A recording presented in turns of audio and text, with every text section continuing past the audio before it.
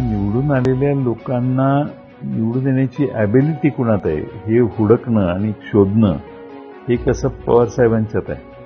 त्यामुळे मी आमदार नसताना माझ्याशी पवारसाहेब बोलायचे थांबून. नाही काही कामाला गेलो तर मला ते त्यावेळी एंटरटेन करायचे. मी आमदारही नव्हतो. असे अनेक असंख्य त्यावेळी माझ्याबरोबर काम करणारे तरुण आज पवारसाहेबांच्यासाठी काम करतात. का तर त्यांनी ही सगळी लोक जवळ केली, त्यांना आपुलकीने वागवलं, त्यांच्या उपयोगी पडले, त्यांच्या मतदारसंघात 10, 15, 20 वेळा गेले, कष्ट घेतले पवारसाहेबांनी ही माणसं जोडायला. म्हणून ही आज राष्ट्रवादी काँग्रेस दिसते. आता त्यातली निवडून येण्याची ॲबिलिटी असणारे काही बाजूला गेले तरी विशेषतः नाशिक जिल्ह्याचं उदाहरण मी देतो. नाशिक जिल्हा हा पवारसाहेबांना मानणारा जिल्हा, पुणे जिल्हा पवारसाहेबांना मानणारा जिल्हा, बीड जिल्हा पवारसाहेबांना मानणारा जिल्हा.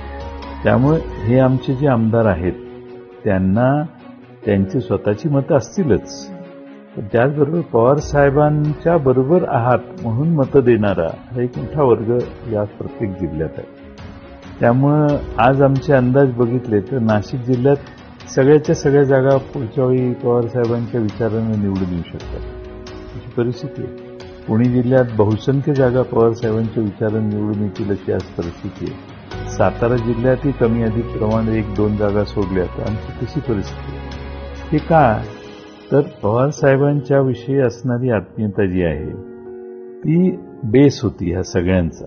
तो बेस सोडून ही बाजूला गेली म्हणून लोकांचा राग आहे.